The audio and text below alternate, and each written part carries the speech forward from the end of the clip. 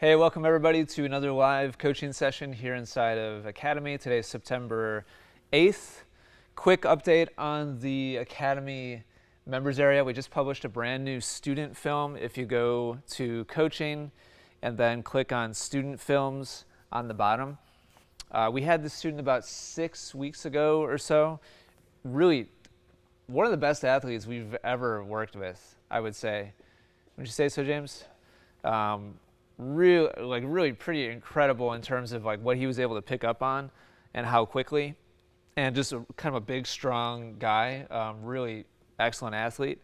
So we have it broken down. We did his forehand, his backhand, his serve, and we did rallies and point play. His forehand in particular, I would say, was really a very classic, like holding on to the racket really tight at contact. He was using his body really strongly, but then right at contact, he was kind of clenching down with his racket and getting him to relax his hand and his grip. All of a sudden, he just started absolutely crushing forehand. So really good case study of, is Matt in the chat? No, it doesn't look like it. All right, people already watched it. That's good. Anyway, we're going to be doing kind of a compressed version of his forehand because the before and after on his forehand was really pretty outstanding. So anyway, new content there. And we also shot a brand new coaching module called Bridging the Gap. We shot, I don't even know, what day did I shoot that with Tyler? Last week sometime. It's, I think, an 8-video series on how to take your practice strokes and bring them into match play. So the shots that you can do in practices, but you can't do them in matches, it's a whole training series just on how to go through that process. Because I've just received that question so many times in the last couple months. I can hit XYZ shot, you know, when I'm practicing, but I can't do it in matches. So I did a whole training module just on that topic. So Tyler is working on cutting that. We have just a ton of content just kind of in the pipeline right now. That's one of the pieces of content that's in the pipeline. So we'll send you an email as soon as that new module is live. I would say in the next, probably a week or two, I would say. It'll be in the members area. Have you talked to him about it? Probably not. Nope. Yeah. Sure. So sometime soon. Okay. Let's go to questions. I don't think I have any other announcement type things for today. Let's go to Thomas K. As you mentioned in my last video analysis request on my serve, you said that my upper body rotation can be improved. I've been working on pelvis, lateral rear tilt during the loading phase of the serve, also on trunk rotation and shoulder tilt. Furthermore, I'm working on my explosiveness. I think there's too much knee bend and too long. I'm bending my knees too long in the cocking phase. Question, when should the initiation of the knee acceleration, knee extension start? I guess immediately after you've reached the trophy position. What about my ball toss? Is it too much on the right for a kick serve? Or in my case, a 50-50 serve, I guess. Also, the drop of the ball toss is too long before contact, so this could be a reason for my inconsistency of serve, I guess. Thanks for your advice and thoughts on that. Okay, let's take a look. So yeah, I've got Thomas's. I'm sorry, Thomas, I don't have your. Just recently, I've started saving all of the video clips that everybody has submitted so that I can go back and look at old clips. Thomas, I'm sorry, I don't have your old serve. Do you still happen to have the link to the serve you sent me last time? I'm pretty sure you're in the chat. Do you have it handy, the link to the previous serve that I looked at from you? All right, let's go ahead and bring up what I have now. All right, great. Yeah, can you just put it right? Can you put it right in the chat, please? That way, I'll hold on to it this time, and that way I can look at previous versions of your serve. Is the brightness okay on the screen? It's just kind of it's under. It's visible, yeah. All right, cool. So yeah, I looked at this really briefly, Thomas. This looks really strong. I don't remember off the top of my head what you looked like before. That's why I'm asking about the previous video. but this is pretty exceptional. I like to see the hips at least perpendicular to the baseline. We've got that. I like to see the chest facing towards the camera. I like to see a, here it is. I like to see a relatively straight line going up from the dominant elbow up across the non-dominant arm. Knee bend looks great. You're almost at 90 degrees with your knees. I would say this, relative to a professional player, like, is strong. Is it too far for you? I'd have to watch some more serves. But like, by the book, like, this is all, I have no feedback on this. This all looks really excellent. Your hand position, your racket position, everything just looks really fantastic.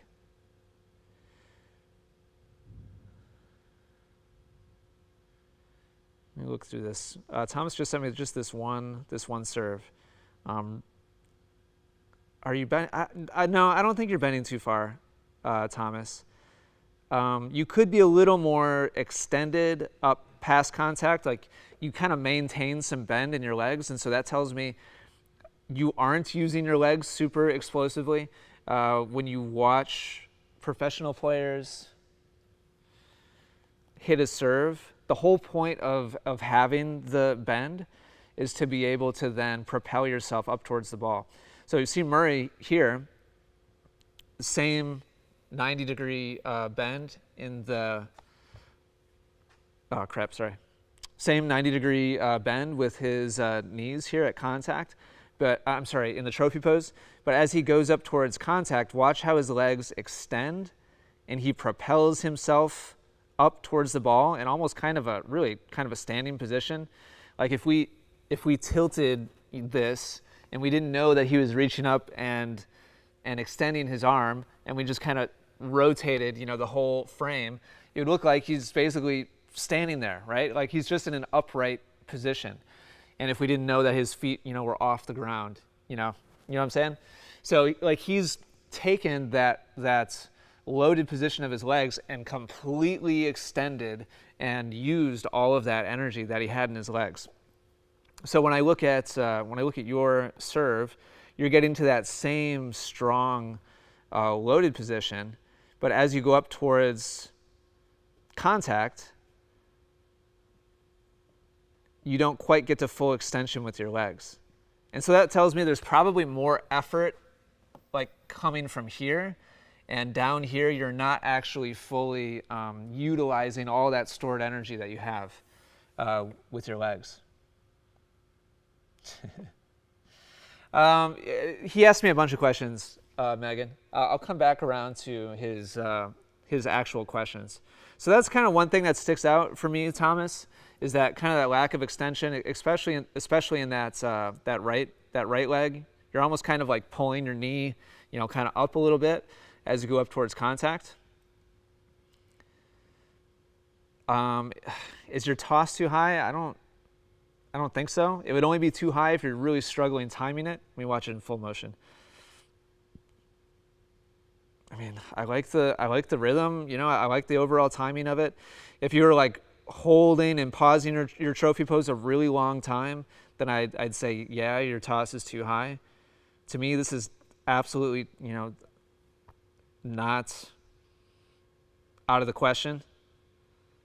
No, I wouldn't touch your toss unless you're really struggling timing it. And then you asked about your toss position for a 50-50 serve. Yeah, it's a little, I would say it's a little bit on the right side of you, but not by a lot. I would say maybe 4 or 5 inches more to the left would help you get a little bit more topspin. This is going to be more of a slice, kind of serve, which is fine. It's not a bad serve, but to get a little bit more of the end over end topspin rotation, we'd want the toss to be just a couple inches more to the left.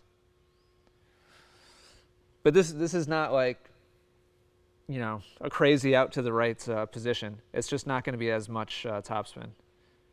And then if you want to hit like a kick serve, we'd want your toss location to actually be somewhere like around here. Or contact. So, sorry, let me make this more clear. So this is contact position now. Ball right here. I would recommend probably something more like here for a second serve. And then if you wanted to hit like a legitimate like kick serve, then we'd want contact to probably be somewhere about here. So that's what I recommend for that. I think I touched on everything. Let me go back through your questions really quickly. Initiation of the knee acceleration start. Yeah, you got it right. As you start to rotate your body, in other words, as you leave your trophy position and you start to make that rotation up towards the point of contact, that's when you should begin your push with your legs. Let's see. Trophy pose looks really fantastic to me.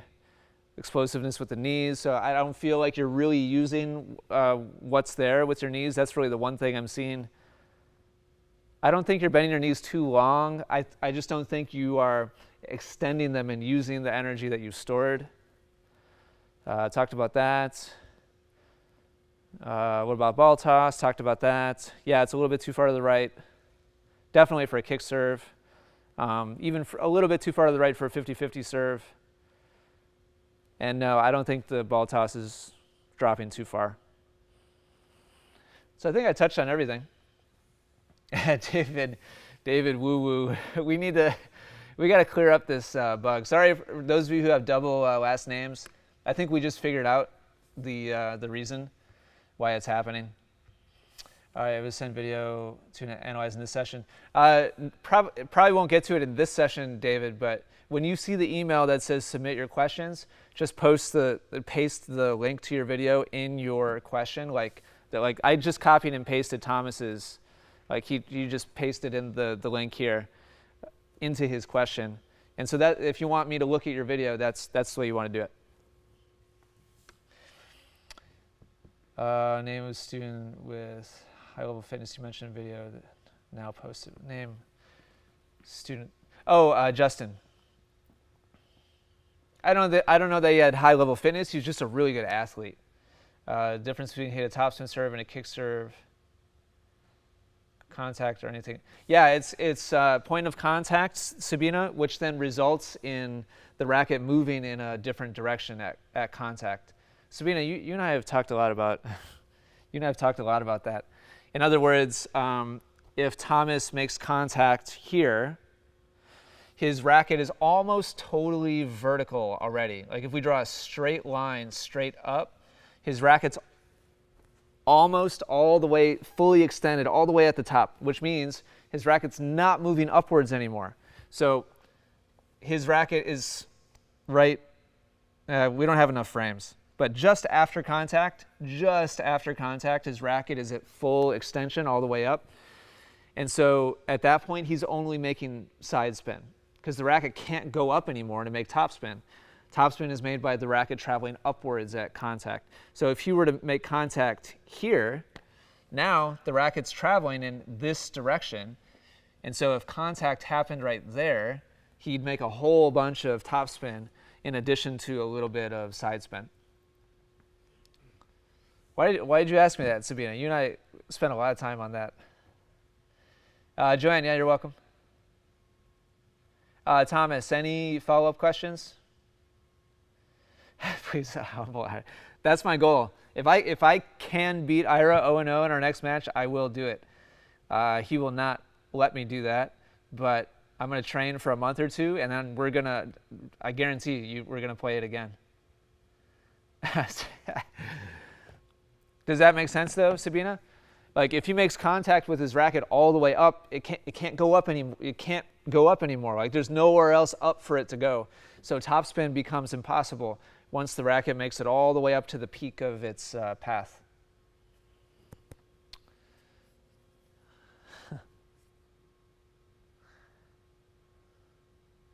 I'm very confident I can beat Ira. Frankly, the fact that the first set was one break, Ira plays tennis every day. And that was my first competitive point play in a year and a half.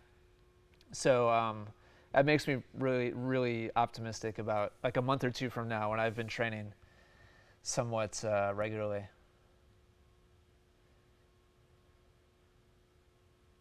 Okay, yeah. So Sabina, so this contact point would be like a true kick serve, and contact point like, let's see.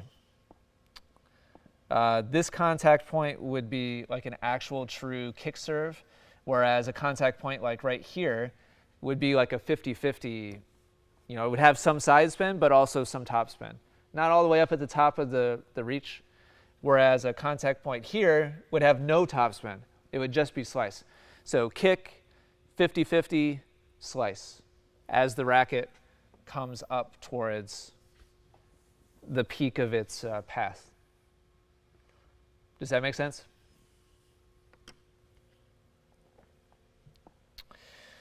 All right, let's go to our next question.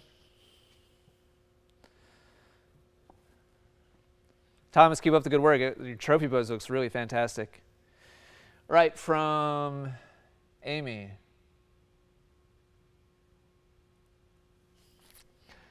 Amy, are you in the chat? Can you let me know, please? It has been brought to my attention that I often point my index finger straight out when hitting my forehand. I use a semi-western forehand grip. Finger stays on the racket but fully extends out, almost like I'm pointing to the ball. Suspect I developed as a way to keep the racket more stable, but I've never noticed it before. How problematic is this? If it needs to change, what would you suggest? Yeah, let me grab my racket really quick. Amy, I'm going to go back. It's not the end of the world, Amy, but I'm not a fan, and I'll explain why. When I'll show you righty. When your finger goes in line with the handle, your finger really can't help turn the racket head upwards. All this finger is doing, this extended index finger, all it can possibly do is stabilize or kind of brace the racket from when the ball hits the strings coming in this way.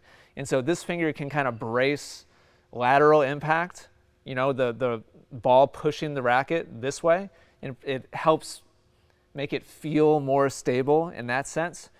But if you are trying to create any kind of topspin, then having your finger taken away from under the handle and putting it behind the handle, this is, well, I was going to say this is your strongest finger. I actually don't know that for a fact. It's pretty obvious that it's stronger than like your pinky finger or your ring finger. I'm not sure about middle finger versus index finger, but anyway, when you take one of your strongest fingers away from underneath the handle and you put it behind the handle, now you're effectively saying, go this way, racket, and the only way that finger can be of any help is by pushing forwards. And if you're trying to develop your game towards somewhat of a modern-ish, I put modern in air quotes because people have been hitting topspin since the 60s and 70s. If you're trying to move in a topspin kind of direction, then putting one of your strongest, fingers behind the handle instead of under the handle just doesn't make a whole lot of sense to me. So is it going to totally make or break your forehand? Probably not. But to me, it doesn't make any sense to keep it. I've seen that many times before, and I've never let it go without not saying anything. And usually it's not a huge problematic change. It might feel a little weird at first. In fact, it'll probably feel unstable to you at first, but you'll probably get used to it pretty quickly. So I wouldn't be super intimidated by the change. For me, long term, it's a relatively small change, and it's worth making the change, in my opinion. So those are my thoughts on that. If you're watching right now, I don't see you in the chat. So if you have any follow-up questions to that, definitely let me know. I recommend changing it and putting all of your fingers around the handle. All right, next up from Jonas. Serve questions. 1, I struggle to keep my racket closed during the swing. Jonas, are you in the chat? Can you let me know, please, if you're watching? Do you have any tips on how to practice a closed serve motion? Keep my racket closed during the swing. 2, watching the pros, it often looks to me like they have more extreme service grips, like a bevel or two beyond continental. Is that right? Or am I deceiving myself? For a second serve, for sure. For like a kick serve or a top spin serve or spin serve, they're absolutely going more up towards a one-handed backhand. Okay, let me talk to you about the racket face. Let's go to the court really quick. So on the grip, you're correct. Frequently on a, how did a feather get in here? Frequently on a serve where a player is trying to hit really aggressive spin, and it's good, I'm assuming it's not an accident, you ask these two questions together. If I have a continental grip and I go up and kind of pretend that I'm making contact with a serve, if I keep my body position, keep my arm position, keep my hand position, and I turn the racket in my hand towards Eastern backhand, look at what happens to the racket face. It closes the racket face. So I'm assuming you put those questions next to each other because you're wondering about changing your grip with your hand more towards the top of the racket to get the angle of the racket face closed. It can be helpful, and when you have as big a racket head speed as John Isner or Federer or Serena or anybody else with a huge world-class serve, it can be helpful to change your grip more up towards the top to achieve a closed racket face at contact. So what you want to watch for, and I'm going to show you this left-handed now because I'm left-handed. What you want to watch for is just repetitively hitting the ball too far. If you're accelerating at full speed and you're just consistently missing past the service line by like 2 or 3 feet again and again and again, then that is an indication that your racket face is too open. Now, here's the thing. On an aggressive spin serve, which I'm not going to hit right now because my shoulder's just not warmed up, but on an aggressive spin serve, let me just hit like 1 or 2. So hopefully you can hear that. I'm hitting a lot of spin, and that's with a continental grip. With a lot of spin and a continental grip, I can easily hit the bottom of the net. Oh, that was frame spin. Let me hit a clean cut. So that was heavy spin, not full acceleration, but just to kind of illustrate the points. By turning my hand up at the top, I'm closing my racket face. The path of my racket is making all that spin, and my closed racket face is sending the ball down into the bottom of the net. So I recommend hitting a bunch of spin and hit the baseline a couple of times on purpose. So I need to open my racket face more. There we go. And now I'm going to aim for the service line with a lot of spin. Awesome. Now I'm going to aim for the top of the net with a lot of spin.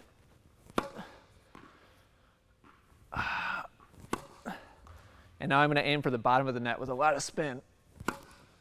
Awesome. Bounced it before the net. So that was all with the same grip. The difference between the net and the baseline is 40 feet. I just made a 40-foot difference in results. They all had lots of spin. They were all with a continental grip. So could you change your grip way up towards the top and close your racket face more? Yes. But is it necessary? Probably not. So I recommend you go through kind of the little training exercise that I just went through. Hit the same type of serve on all your swings. Hit the same racket head speed on all your swings. And go from baseline to service line to top of the net to bottom of the net. And hit a lot of spin and hit each of those different results. Practice that. You can do it just by turning your hand. And if you want to turn your hand up, your grip up towards the top a little bit more, that'll help. But you should learn how to do it with your hand also, in my opinion.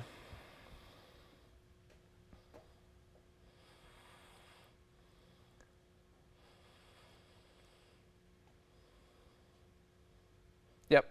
Yeah, I agree, John. All All right, Jonas, hopefully that's helpful. From Shahryar, where is the best position on the court if I give my opponent a short ball near the service line on the ad or deuce side? Depends. What do they like to hit? In that scenario where you give up a short sitter, if you're playing a strong opponent, then they can reasonably hit wherever they want to hit. Now, based on geometry, if this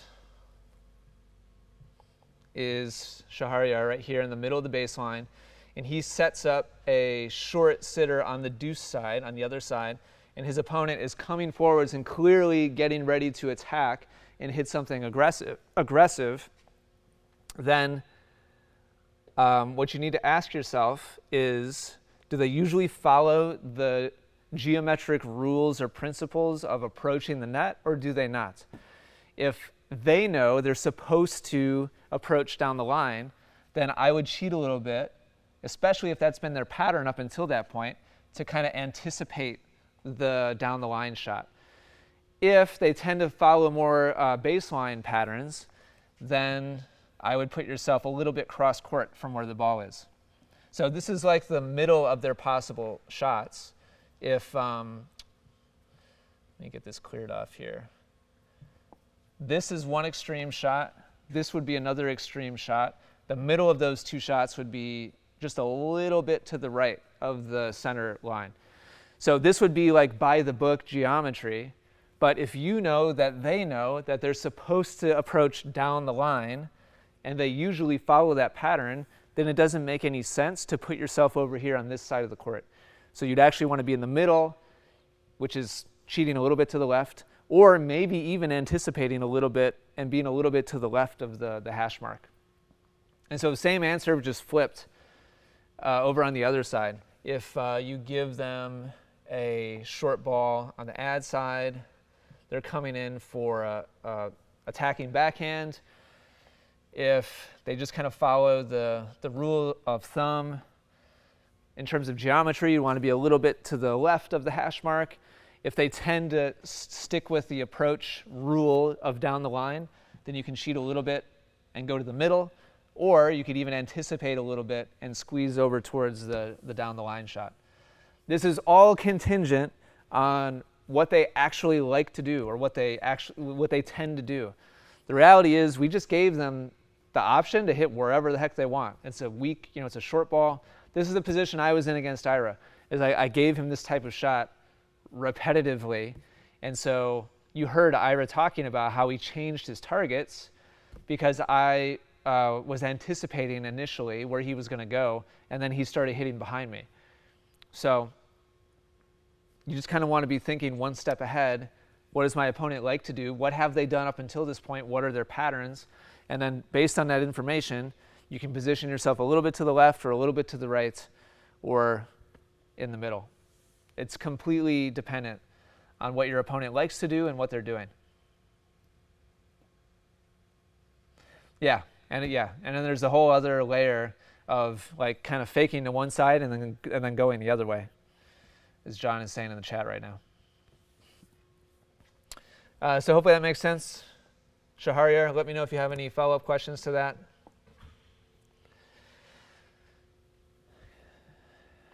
Next up, page 3.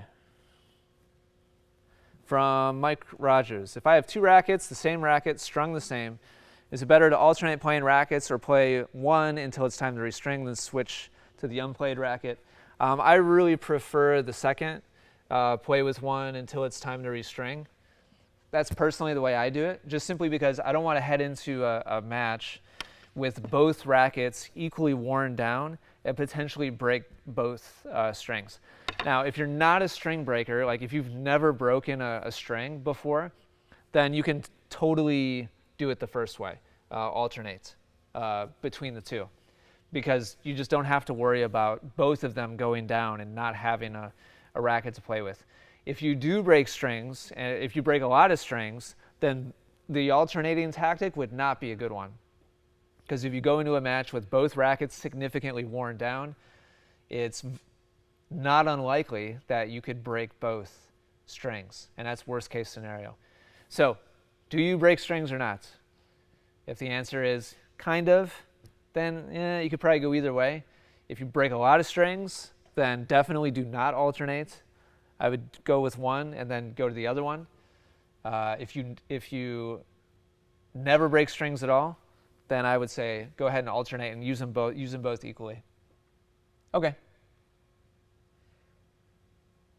Yeah, in that case, I would alternate back and forth. Mike says, I never break strings. I was thinking I want the same feel. So in that case, definitely alternate. That'll definitely keep them more even. If you play with one for 6 weeks and then you switch to the other one, the tension difference will be pretty significant between the two.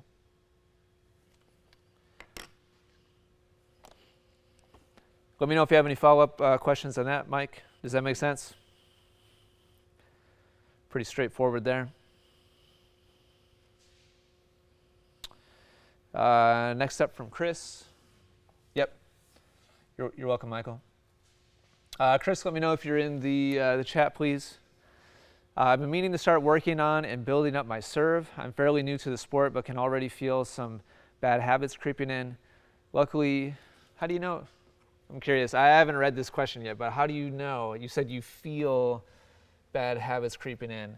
Have you verified that on video, Chris? If you're in the chat, let me know. Luckily, it coincides with the Serve Mastery offer. Nice.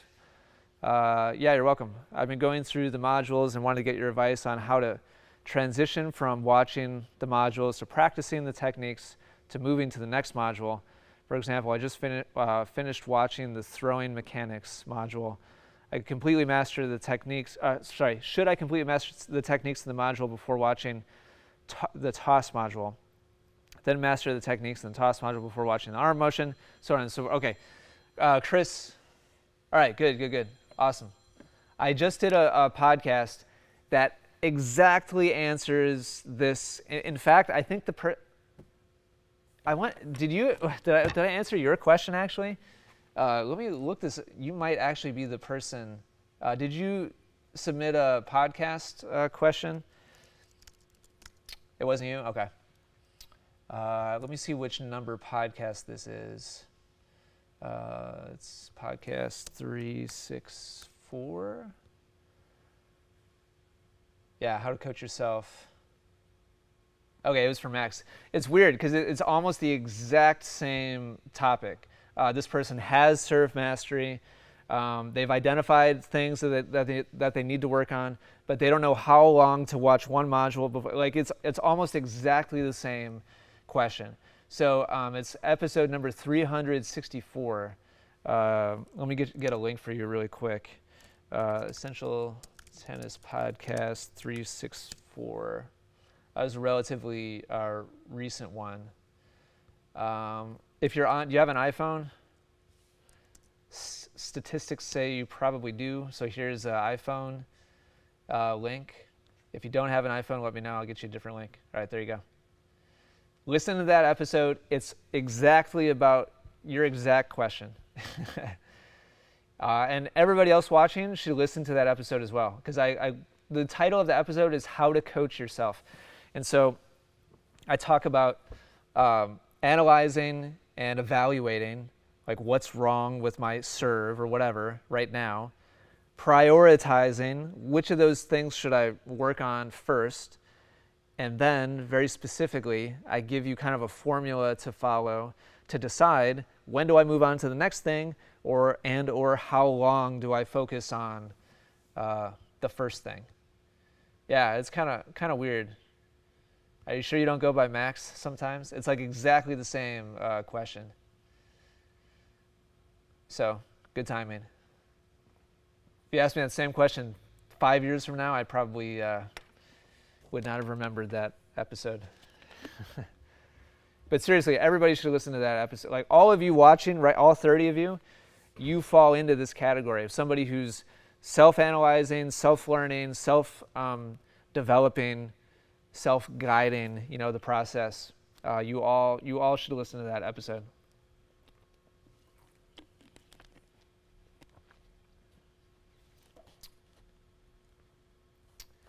So yeah, the description says, Ian uncovers his 7-step process for identifying what to work on, how to make steady progress in the right direction, and knowing when to move on to something new. So yeah, take a listen. And I've, in a lot of detail, will answer your question. It's a good thing. Sometimes I record myself talking, so I can, so I don't have to answer the same question 1,000 times. I should probably keep doing that. There was one kind of regret that I have over the last 10 years is that I don't have more than 365 episodes of the podcast. I really should have like 1,000 episodes by now, but it's just hard. All right, from Sally. Sally, let me know if you're in the chat, please. Yeah, sure. So here is whatever you're on, like if you're on a Android phone, it's just called I think it's just called Google Podcast, right? Yeah, just called Podcasts. And just do a search for Essential Tennis. But here's here's for Stitcher, Stitcher.com. If you just go to Google and type in Essential Tennis Podcast, there's like a ton of different options for how to listen.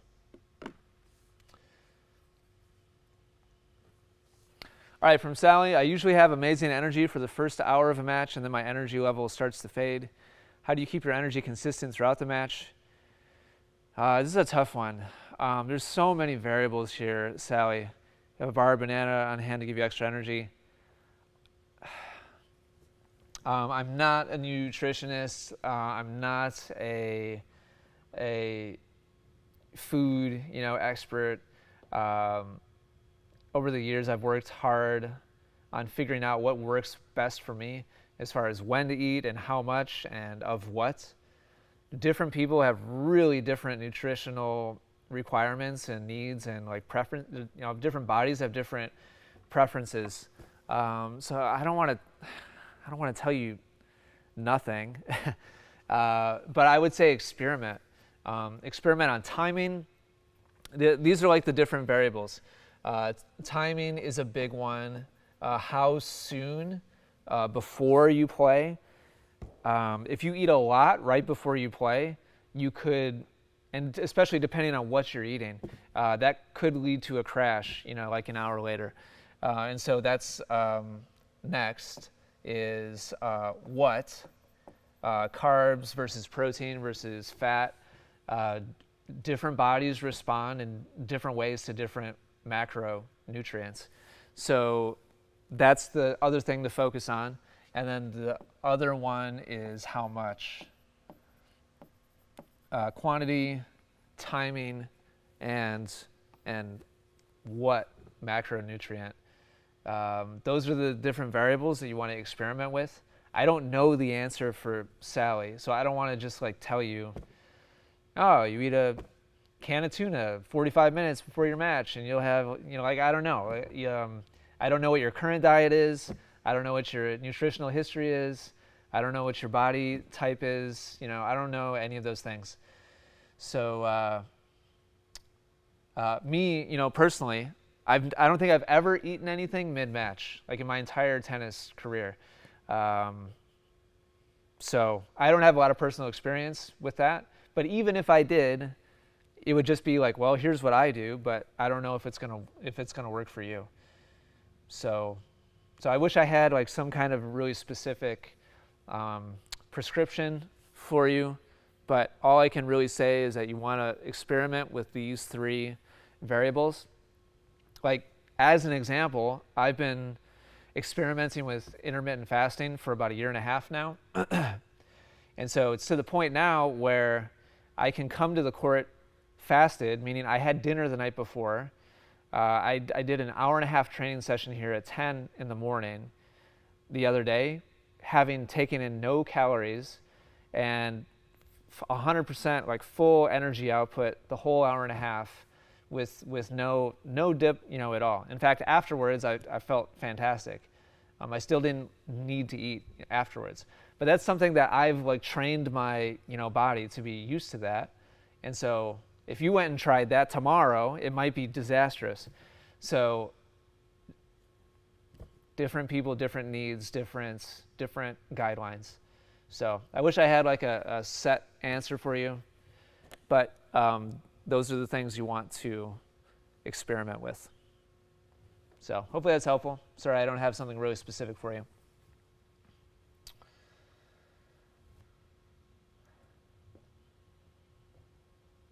And so we have all kinds of recommendations in the chat.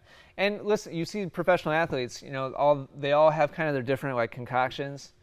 And so we have people talking about BCAAs, amino acids, homemade juice, juicer. People saying coconut water, V8 juice.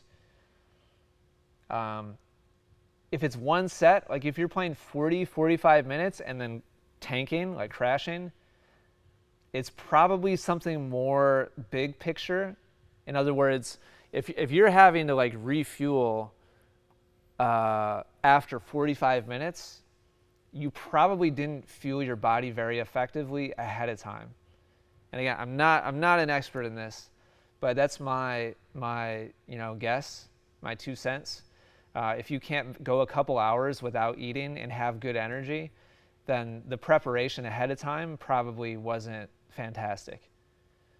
Like if you had to play a 3-hour match and you have to start eating at 45 minutes in to keep your energy from tanking, it's like, how many bananas are you gonna have to eat over the next 2 hours?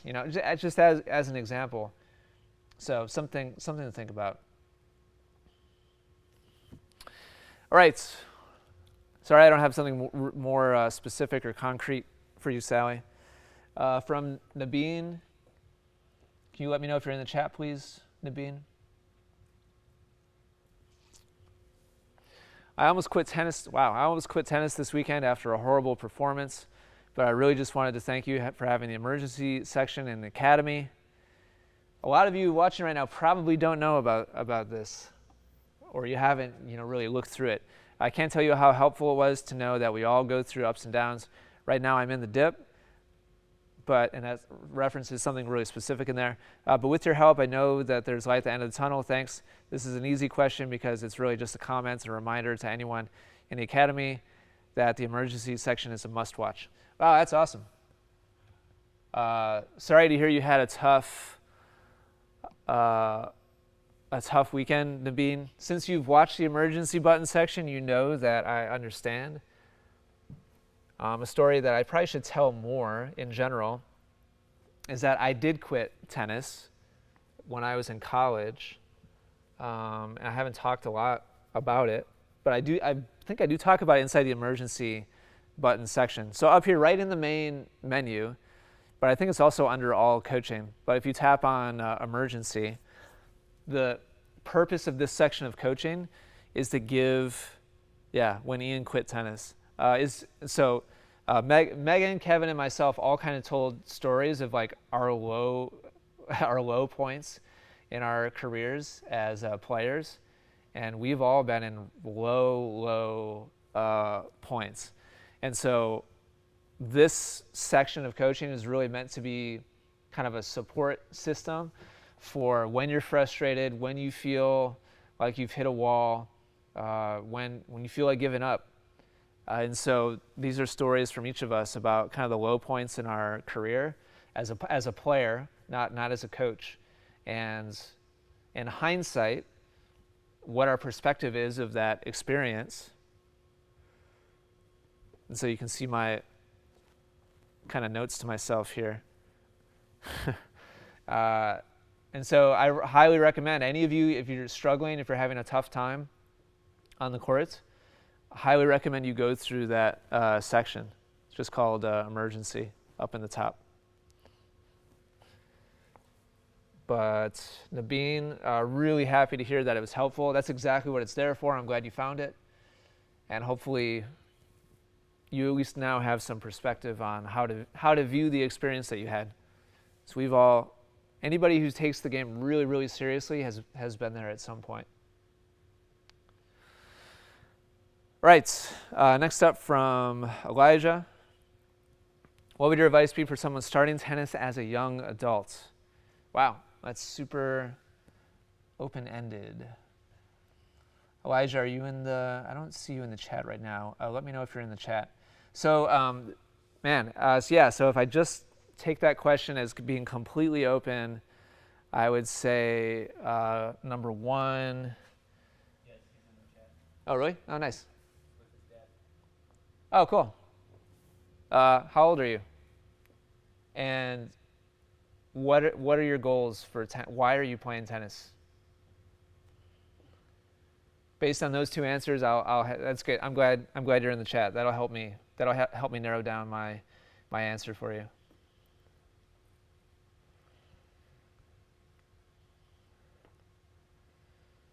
But if I was going to go really super like general and generic, I would just say play as much as possible, play a lot, and figure out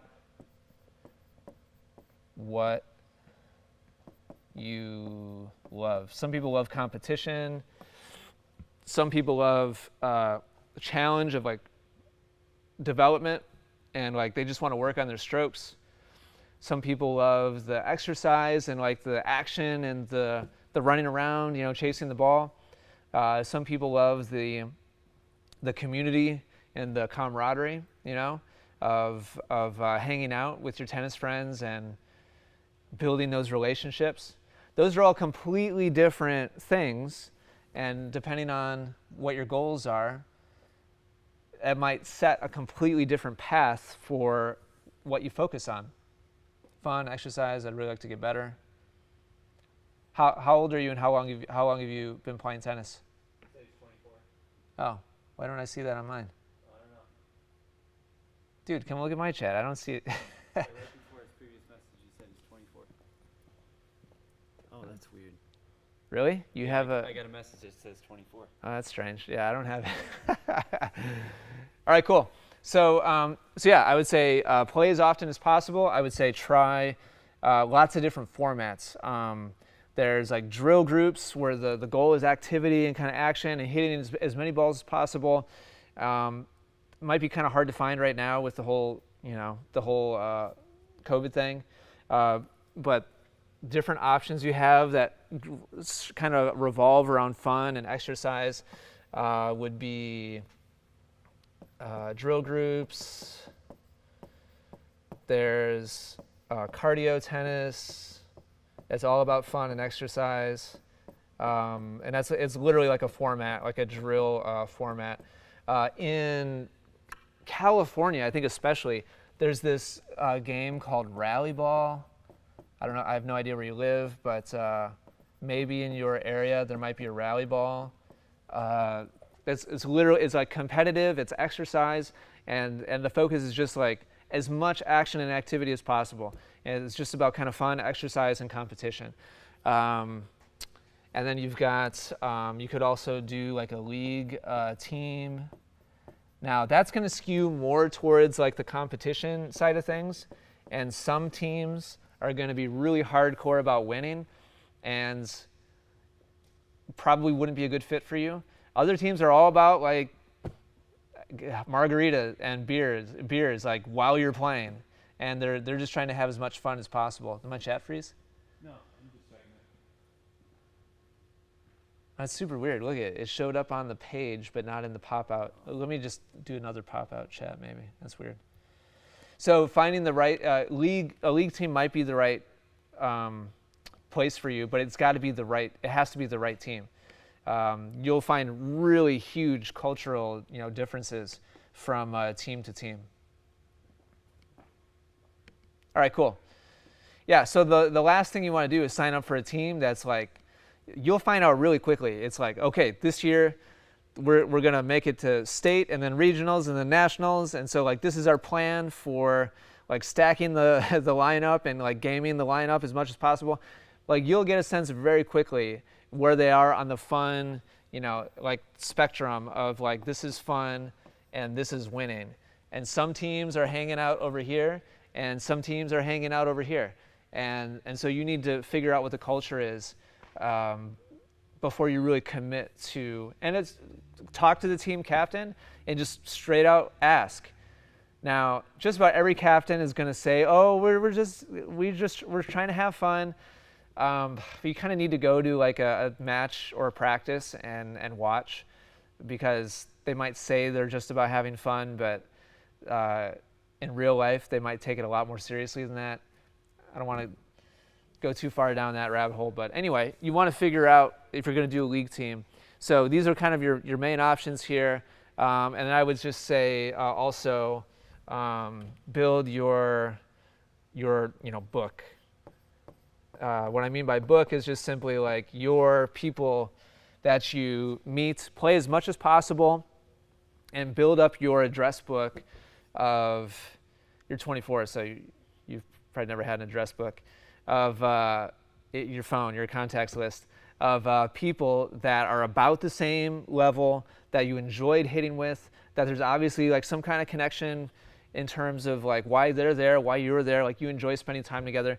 Once you have like 10 or 20 people in your contact list of tennis players that are in the same ballpark in terms of ideology, like motivation and level, then it gets really easy. Then you'll get invitations all the time from people that are looking for whatever, somebody to fill in for some kind of drill, or fill in for some kind of match, or a drill group, or a weekly match, or whatever it is. So play as much as possible, look into these other options, and then build your personal address book full of people that you can kind of feel comfortable with.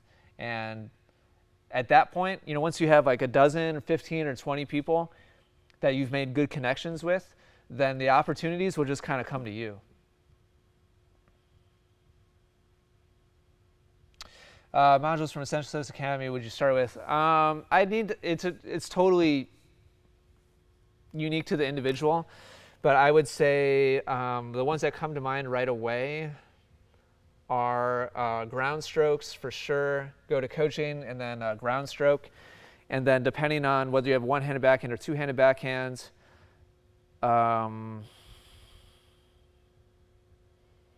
there's like a fundamentals. Two-handed backhand success is like building a solid fundamental framework for your two-handed backhand.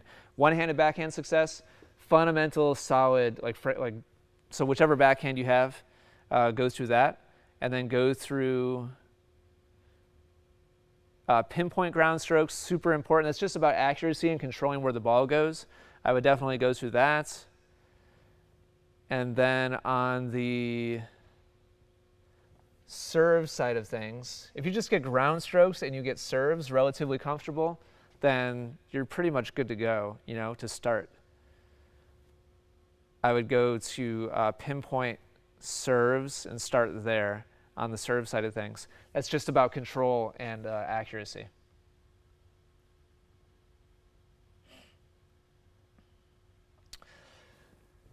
Let me know if you have any follow-up questions to that. Elijah? Really quickly in the chat, does your emergency section talk about people, partner side of tennis and its challenges?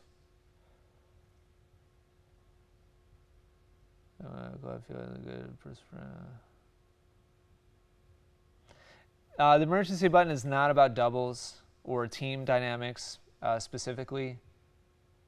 Lila. I can never remember if it's Layla or Lila, sorry. But no, it doesn't specifically talk about that. Sorry. Okay, yeah, you're welcome, Elijah.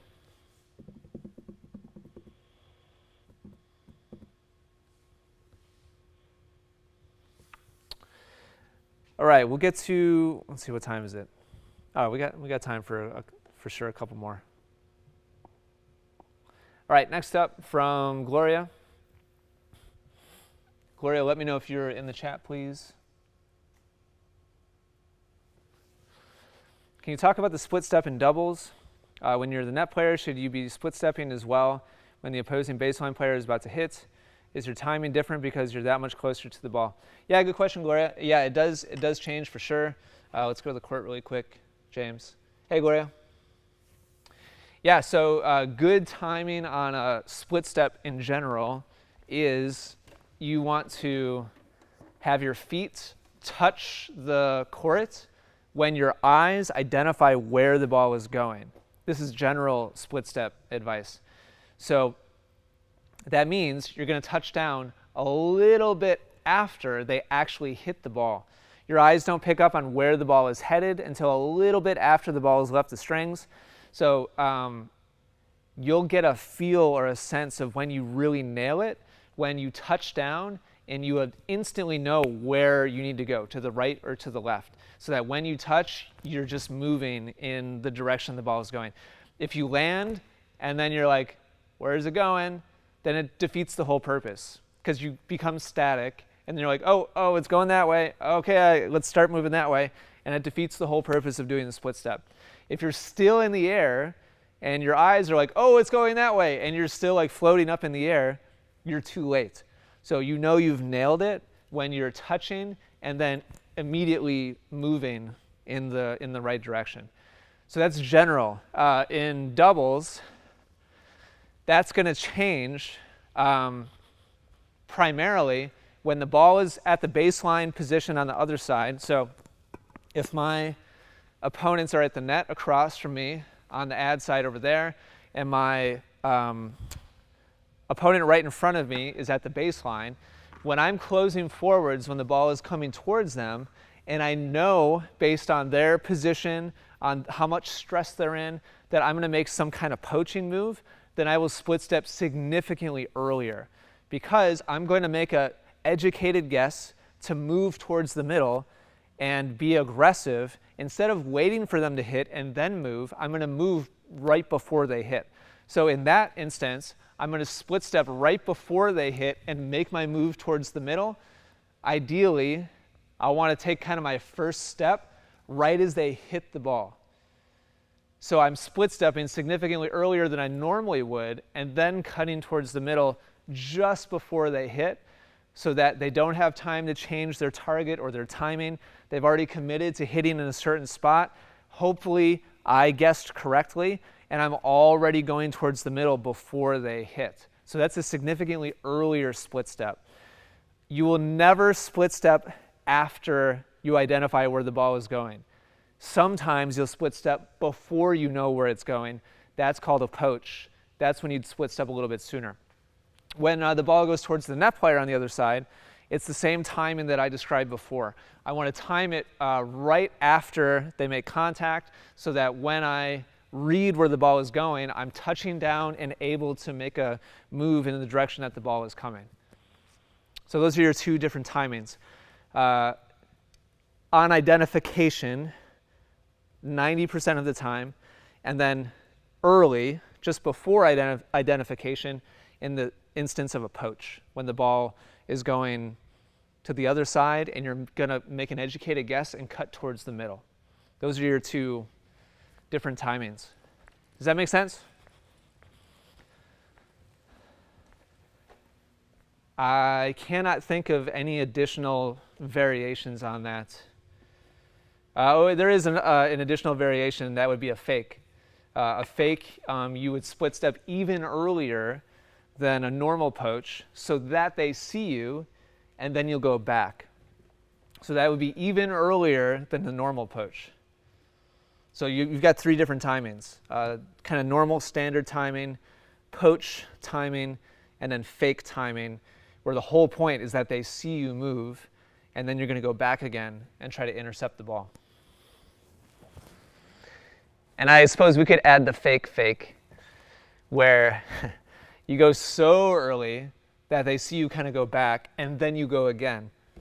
So I suppose we could really kind of break it down into four different timings. I don't want to complicate it though.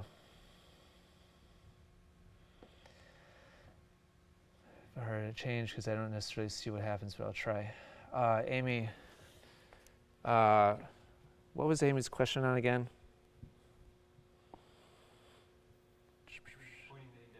Pointing the index finger.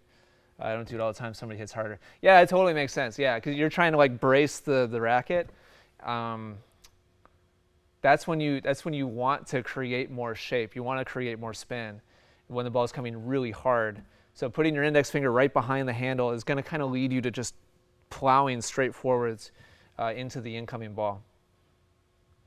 Okay, yeah, you're welcome, Gloria. Let me know if you have any follow-up questions on that.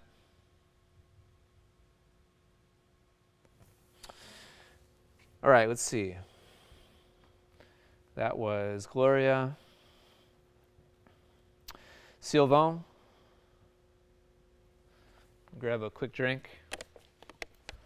Sylvain, can you let me know if you're in the chat, please?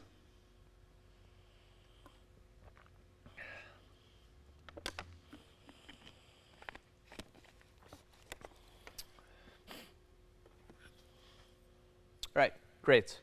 My training partner becomes a completely different player when it comes to keeping score. Suddenly, it's as if practice has been for nothing. The main problem is that the balls I receive don't seem to bounce anymore. I almost feel like I'm going to break my racket on the ground because it's so low, and yet they're loaded with spin and accelerate after contact with the ground. This combination of topspin with no bounce drives me crazy. What do you suggest? That doesn't add up, Sylvain, because topspin makes the ball come off the ground more. Slice makes the ball skid and stay low. Topspin is going to make the ball come up off the court higher than a flat ball or than a slice ball. A slice ball is going to stay lowest. A flat ball is going to be a little bit higher without backspin, and a topspin ball is going to be a little bit higher than the flat ball. So, but regardless, so the ball is staying really low. It's not coming up off the court. It sounds like he's not hitting it softly, though. Is he hitting the ball still confidently and aggressively, or is this like a weak, soft shot? Is it like confidently hit, or is he being like careful and tentative? Let's see. Suddenly practice better. Don't seem to bounce anymore. Wow. Yeah, it's a strange. It might not be topspin, but it doesn't really matter. So very confident, very good. So he must be like just barely clearing the net. It must be really low over the top of the net then, because it's impossible for him to hit it high over the net and hard and have it stay low. Like that would definitely not add up. So it must be like low, like just clearing the net. I mean, honestly, like the first thing that comes to mind for me is just simply to reset your home base. In other words, if during a normal practice rally, if he's hitting kind of normal, rally balls that have some height and some depth, and the ball is coming up off the bounce, if your normal home base is like 2 strides, behind the baseline, then it might mean that during match play, when his shots are just clearing the net and like barely coming up off the bounce, like your home base might be right up on top of the baseline. In fact, like if he never pushes you deep, if he never pushes you back, why not just make your home base be a step and a half or 2 steps inside the baseline? I know that's not where you're supposed to stand, but you have to play within the reality of what your partner is actually giving to you. So frankly, I would let him see that you are kind of being aggressive and not standing in a smart place, and then force him to lift the ball and hit it higher and hit it deeper to try to catch you in that position. Okay. So yeah, I think Dr. Feelgood Will was like a lot of like massaging and like feel, touch, type shots, different spins, different speeds.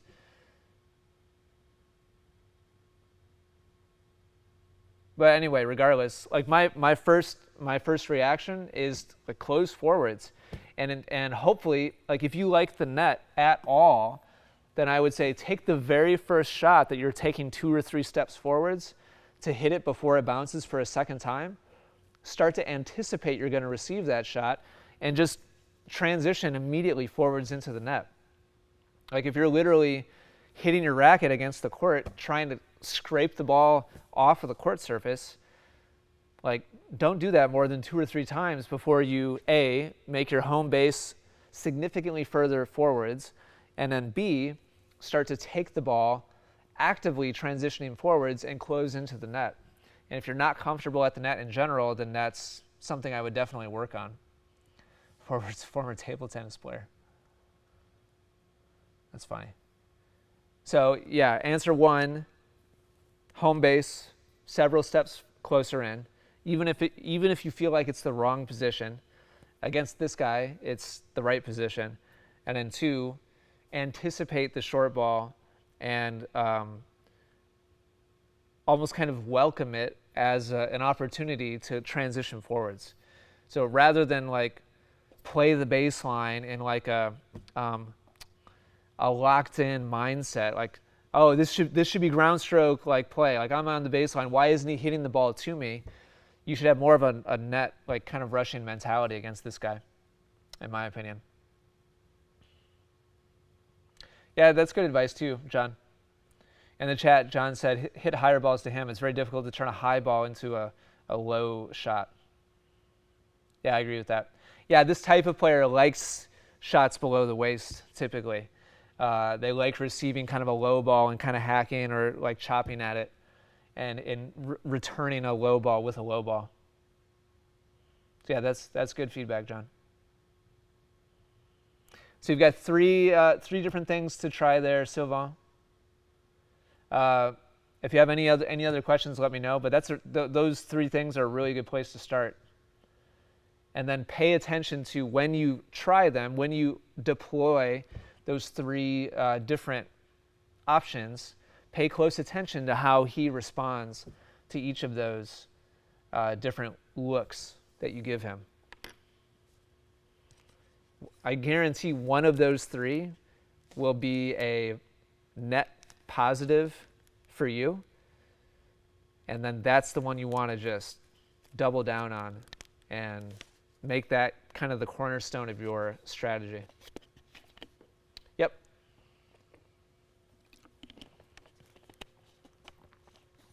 All right, 1 or 2 more here before we've got to sign off for today and get ready for some other content that we're making.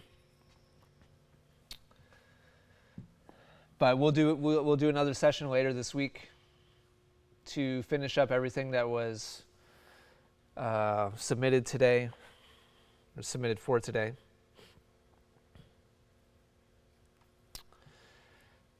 All right, next up from Paul. Paul, are you in the chat? Can you let me know, please? Thanks for the tips on my backhand. I thought previously that being tight just meant getting jammed up. I didn't realize that I was holding my grip way too hard, trying to muscle the ball. Paul, yeah, I remember his left hand was just really taking over his two-handed backhand. Since you last reviewed my backhand, I've tried the drills with the 1 through 10 grip tightness in mind, aiming to get it much looser. It has definitely improved.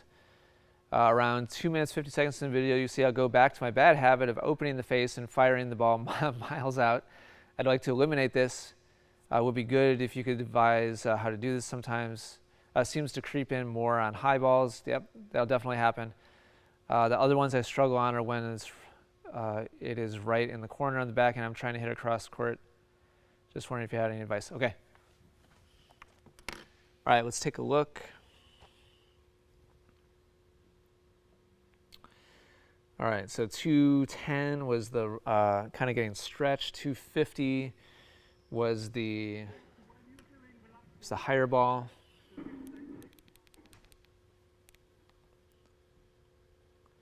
Nice, that looks good and relaxed. Yeah, there you go, Paul. Yeah, nice job. You handled that really calmly. I mean, it's an out ball.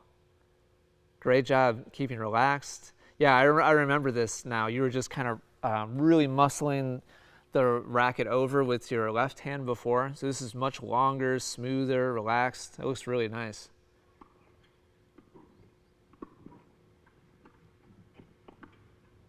Good. Good, good. Even on a deep ball. Good extension with your left arm out towards your target.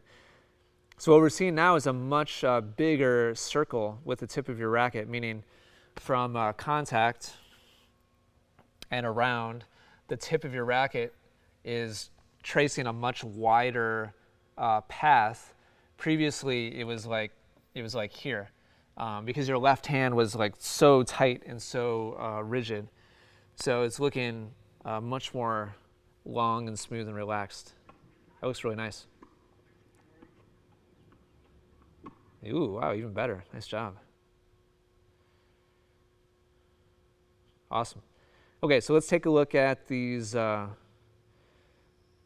where you're starting to get tight. So 2 minutes, 10 seconds. You mentioned one where you're kind of having to run.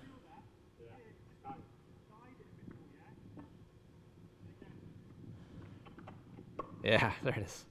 So there's kind of the old one where his left hand just kind of flips the racket over, and you see how much smaller that circle is, how much more tight it is. So I've got the same answer for both of them. I always forget who am I talking to? You're on Paul. Halfway through answering a question, I always forget who was. My brain just goes into answering the question mode. And then 250. Paul's talking about a higher ball here. Yeah, so you can see him steering and getting really tight and tense there on a ball that's a little bit above waist height. So here's the way you want to think about this, Paul. Right now, this is really important for everybody watching. So think of this as, so Paul's focusing on a particular element, a particular part of his swing technique, on one swing, just one thing. That's relaxing his left hand, his left arm, extending and making his swing longer and wider. So let's say that we have a curve here that represents kind of the mastery of that skill. So this is like beginner, and this is like Paul's mastered the new skill, right?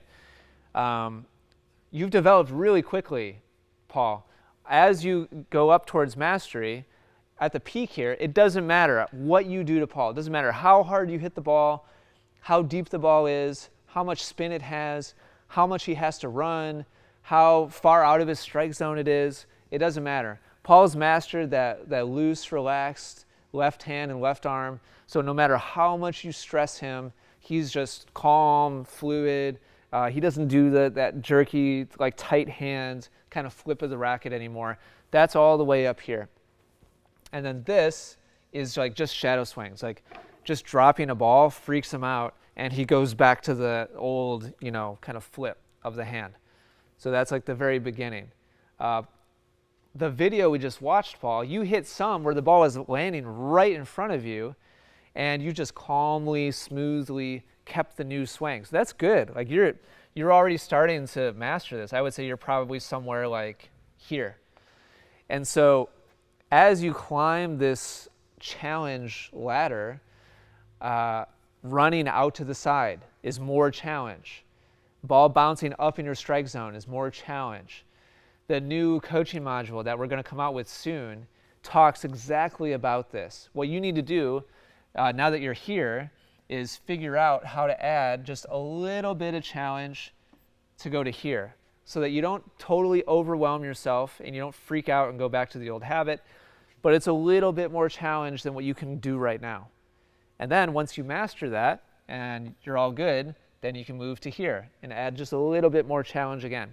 And once you master that, then add a little bit more challenge again. What you want to avoid while you're practicing this is going from here and jumping right to there and being like, all right, coach, or whoever it is that you're hitting with, go ahead, give me full speed, full challenge, make me run around, give me high balls, make me have to move back or close forwards or whatever. I don't know what the triggers will be for you, but you need to create little stepping stones here so that you systematically progress up to that really high level of mastery of that new shot. So you've done a good job. You've already made it, this far. You're already doing it in a rally, which is fantastic. So that's good. You've made good progress. Now it's a matter of just adding little steps in your progress. There's no like magic thing I can tell you to focus on. That means your old habit just poof, like disappears, and you don't do it. You have to train out that old habit by hanging out at the level of challenge you can control until the old habit totally disappears. And that just takes time. But you're on your way. You're doing really well. Okay, we're going to stop there for today. Paul, really nice job. Good start. Those of you who submitted a question that I did not answer yet, we'll do another coaching session later this week. But that's all we have time for today. We got through most of it. Just had a few left, I think. So I'll probably ask for more questions later in the week, and we'll answer the other ones I didn't get to today. Thank you all very much for being here today. I appreciate it. Thank you for your support by being an Academy member. I really appreciate that as well. You're welcome, Silva. Thank you for watching. You're welcome, Chris. You're welcome, Linda. All right, I'll catch you guys later this week. Take care. Have a great week. Talk to y'all.